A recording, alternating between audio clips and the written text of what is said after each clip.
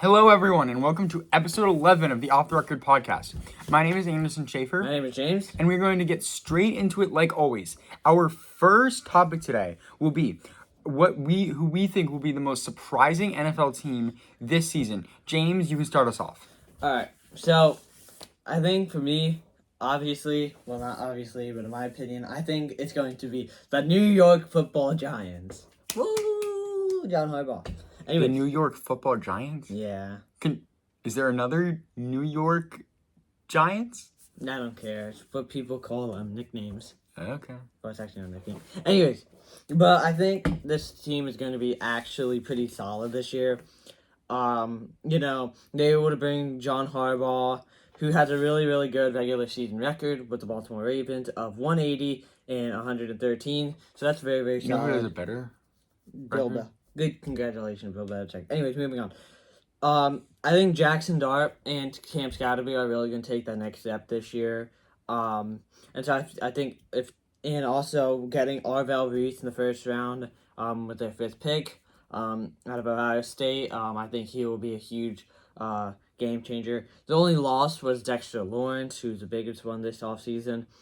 But I think overall, looking at their schedule, I think they can easily squeak out like 9 to 10 wins, maybe. I mean, it should be mentioned, are you at all worried about injuries? I mean, Cam Scatterby is probably the most injury-prone player in the league. But I think if him and Dart take that next step, if they don't get injured, this Giants team will be very, But that's a very big solid.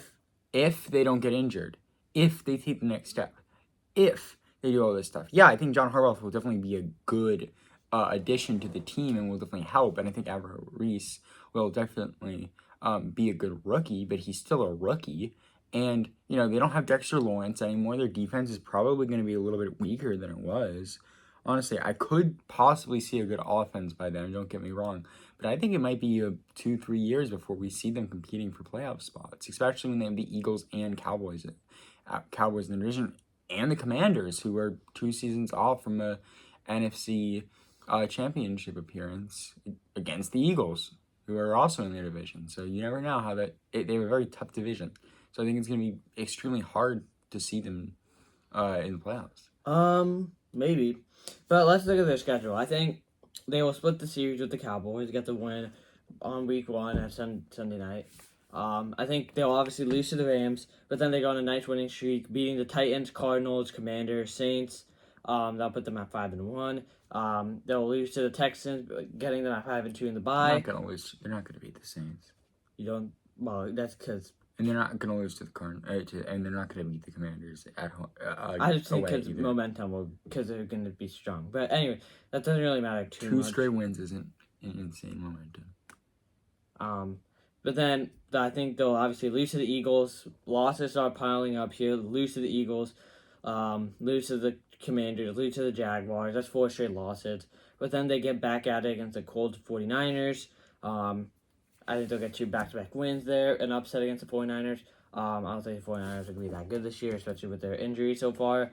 Then I think they'll lose to the Seahawks, win against the Browns, lose against the Lions, lose against the Cowboys, and then I think they'll beat the Eagles, putting them at 9-8. So I think, again, it's a step in the right direction for the Giants. Right, I don't think they'll be a playoff team, but I do think they will be a surprising team this year, and I think they could easily get 9 to 10 wins. So, yeah. All right, well, my surprising team, and I slightly foreshadowed it a little bit. Yeah. The Saints. Last year, Tyler Shuck was probably the most, surprising player in, the later regular season. He actually played very good, and he got a good amount of yards comparative to how much he was playing. And, especially considering that the Saints team was a little bit weak last year, the fact that he was able to produce to the level he was crazy. I mean, they have Travis Etienne on their squad. They have Chris Olave. You're going to see a pretty good trio in those 3. And I think that their offense is actually going to be quite solid. And you know what? They don't have a lackluster defense either. They were 9 in yards allowed per game last year, and their defense only got better. So I don't see any reason why they couldn't have a actual top 10 defense in the league this year in points allowed. And obviously, the main culprit here is the fact that they have a very easy division.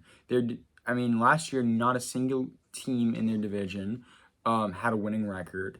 The Panthers, who won the division, were 8-9, and I just genuinely see them having an easy schedule on top of that. They have the Lions week 1, which will probably be a loss. Then they have the Ravens, so those are 2 quick losses. But you know what? Then they have a very easy schedule to continue. They have the Raiders, the Falcons, the Vikings, the Giants, the Steelers, the Browns, the Panthers. So all of those games are easily winnable. I could see them winning all of them. Will they probably win all of them? No, you might lose 1 or 2.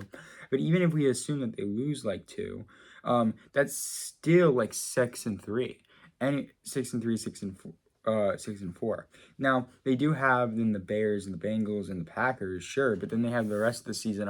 But then the last 5 weeks of the season are the Panthers, the Bucks, the Cardinals, the Falcons, and the Bucks. Those are not hard matchups, and I could definitely see them winning. I could see 11 wins here. 11-6. Would they necessarily be a Super Bowl contender? No, they're not going to win the Super Bowl. They're not going to make the Super Bowl. But I could see a divisional round berth, wild card berth, definitely for them. And I think that we're going to see a lot of Tyler Shuck progression. Do you have any thoughts on that, James? Yeah, so you really think that they will sweep the Panthers and they'll sweep the Bucks and they'll sweep...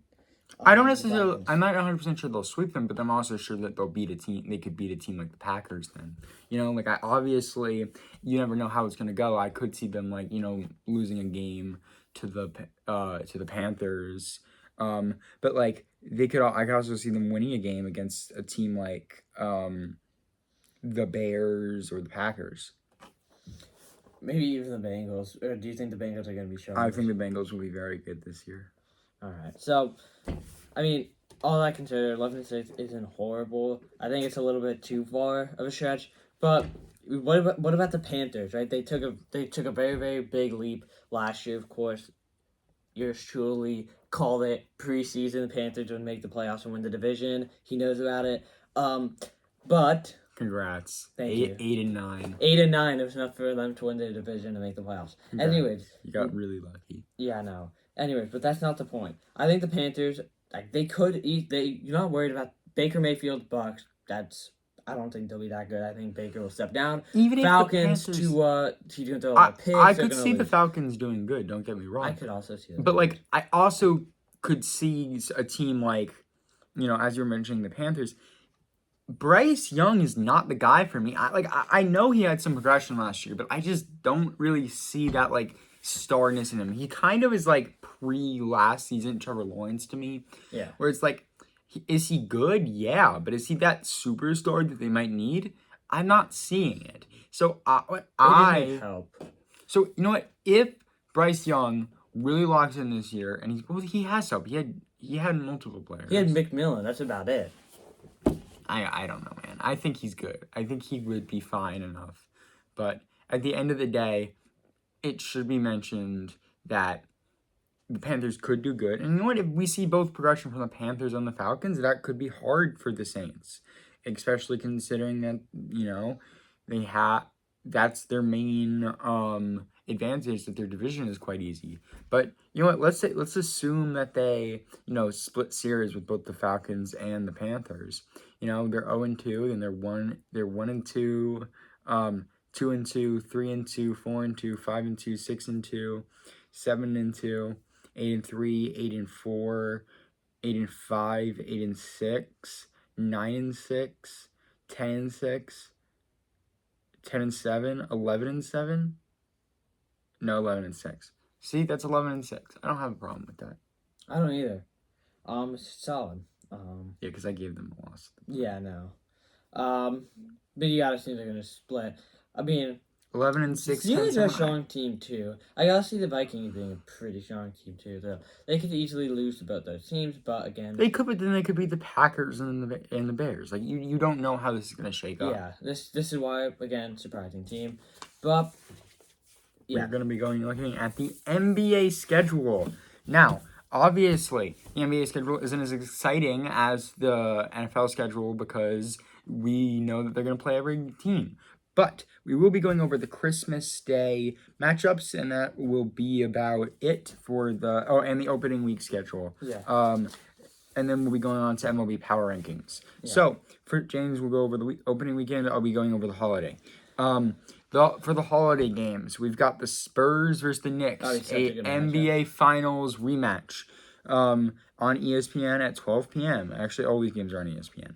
Then at 2:30, we got the Heat versus the Celtics. I think the Celtics will be able to take that series, but you know what? You never know. Then the Lakers at the 76ers. LeBron returning to LA. 76ers at LA. And LeBron returning to LA. That will be a great matchup, and I'm sure the ticket prices on that are going to be astronomical. Then OKC versus the Timberwolves. I think that OKC will be able to take it, but I could see the Timberwolves having an upset here. And then, of course, Nuggets versus Golden State. Nuggets are the better team, but you know what? You never know what Curry is going to be able to do. I mean, you know what's funny? What? 3 out of the 5 matchups here, all these Heat, 76ers, and Timberwolves, all of them have new players. Big stars, too. LeBron, 76ers. Giannis, Heat. LaMelo Ball, Timberwolves. It definitely had something to do, and that's why they definitely. Of course, that's what they want. I mean, the NBA. Yeah. You know, Christmas Day is their day. I mean, the NFL has been trying to colonize it, and I think they will. But at the end of the day, the Christmas Day is still an NBA thing, and you know, obviously, when you have your biggest day, you're gonna want to be putting your best teams, and you know what? These are a selection of 10 teams, who are great. I mean, all of these people are big markets with big players and good players. I don't see a single necessarily weak team on here. Maybe the Golden State Warriors are overall the worst, but they still have Stephen Curry, so. But, yeah, now we'll go over to opening day, opening week. Some really, really good games. To start us off, Knicks, 76ers, basically the first primetime game. LeBron versus Jalen Brunson. That's going to be a great game. Then we have the Western Conference Finals.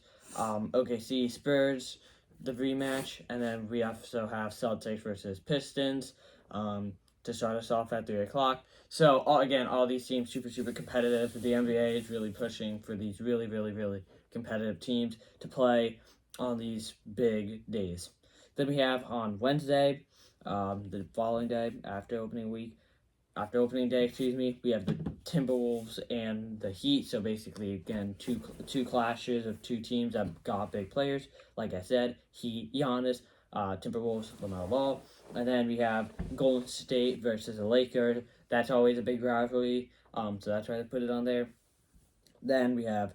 That'll be fun. Yeah, it'll be a really good game. Fun to watch because I don't think both those teams are going to be all that great this year. But Lakers could, again, be solid. Hey, you never doubt the Pale Boys from LA. Yep. But then we have, at 7 o'clock on Thursday... the LA KKKers.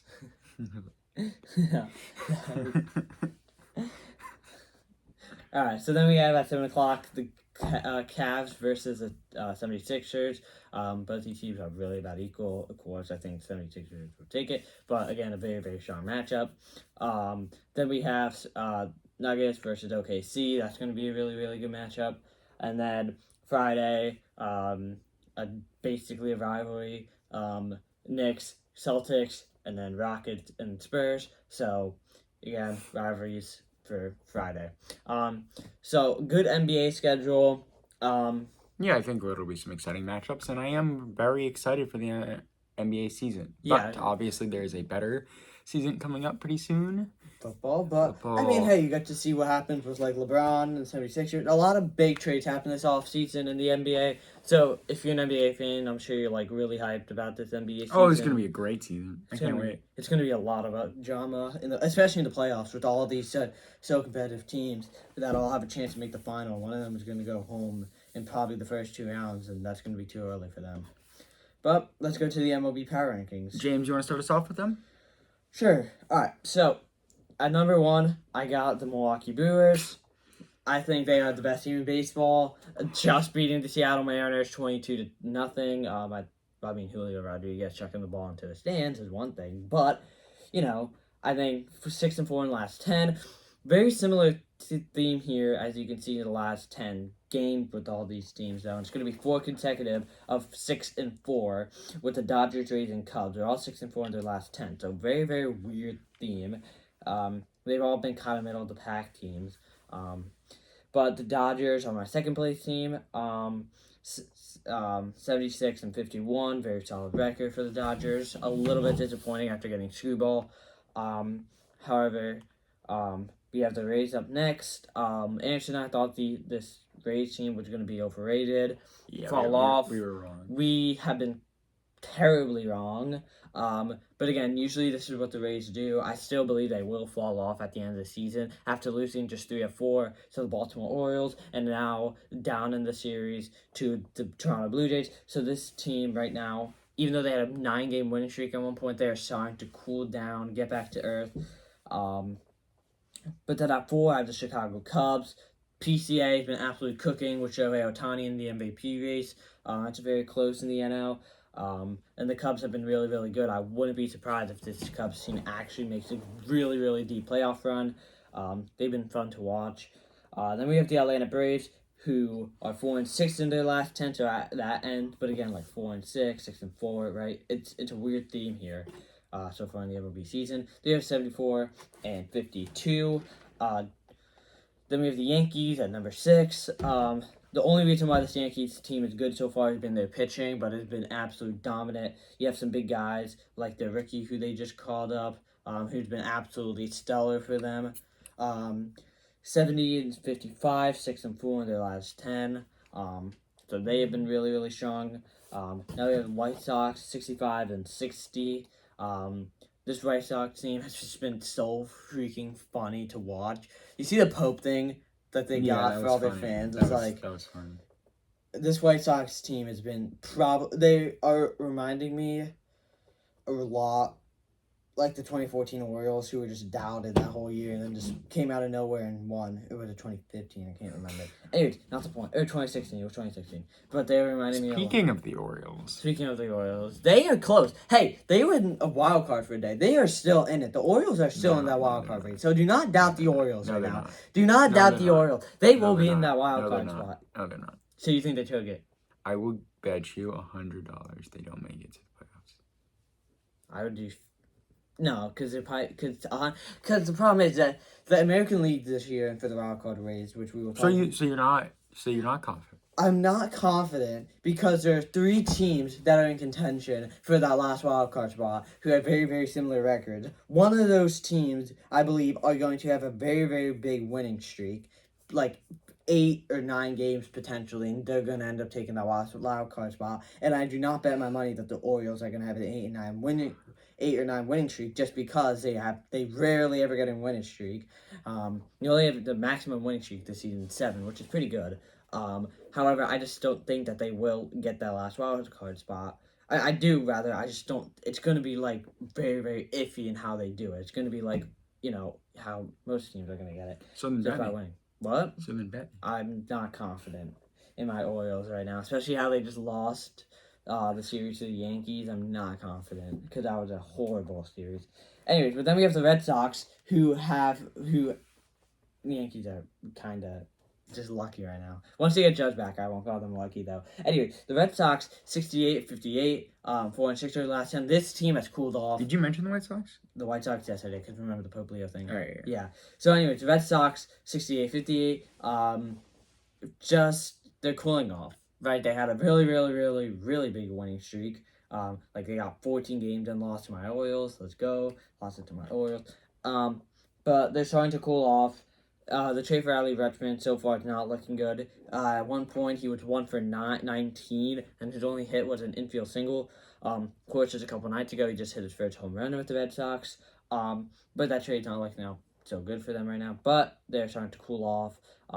They peaked at the wrong time. I think they'll obviously make the playoffs because they're in that second playoff spot. However, they're cooling off. I don't think they'll go so far. 9, I have the Padres. This team's the hottest team right now. on this list, 8-2 in their last 10, 68-59. They need that because the NL is just really, really tough this year, especially in their division with the Dodgers and the Diamondbacks, and that's about it. And then finally, my number 10 spot is the Diamondbacks, who I just said, 66-61, 4-6 in their last 10. So that's about it. Okay. So I have a slightly different list than James. I have number 1, the Dodgers. I think the Dodgers, while have a slightly worse record than the Brewers, and Scuball hasn't performed to the extent that they felt like he was going to, he's probably just getting used to the team, and I think that the Dodgers still have a much better team than the Brewers, which is why I put them at 1. Then obviously number 2 I have for the Brewers. I mean, 22-0 is kind of crazy. So at the end of the day, I do have to mention, I do have to give them their props and put them at least at number 2. Then 3, the Braves. The Braves, while haven't been performing as well as they were earlier in the season, they've been 4-6 in the last 10, of course. They are still they still have some of the best record in the league, and they're still likely one of the most talented teams overall. I think that the next team, while has probably been better in the last month, and has been more red hot, doesn't have overall as good of a team, and that would be the Rays. I think while the Rays are number 4 team in my power rankings, I think the Braves just have a slightly better roster, and I think at the end of the day that will carry them more. Then 5th is the Cubs. The Cubs, they've been 6-4 in their last 10. They are doing much better than expectations had them to be. They're 74-53. They've played very good. I think it is very likely that they win their division. Then number 6. They're in the division with the Brewers, though, so that's tough. I know. I think that they will be. I think that they're going to win their division. Okay. I have to put the Brewers at number 2 because they're winning so much. I still think the Cubs are the better team. Then number 6 is the Yankees, 70-55, 6-4 in their last 10. I mean, they're like James said, they don't have Aaron Judge, and I think when Aaron Judge comes back, they're going to be arguably the best team in the league. I just don't see any other team that even comes close. Now, while the Brewers and that even comes close to the Yankees.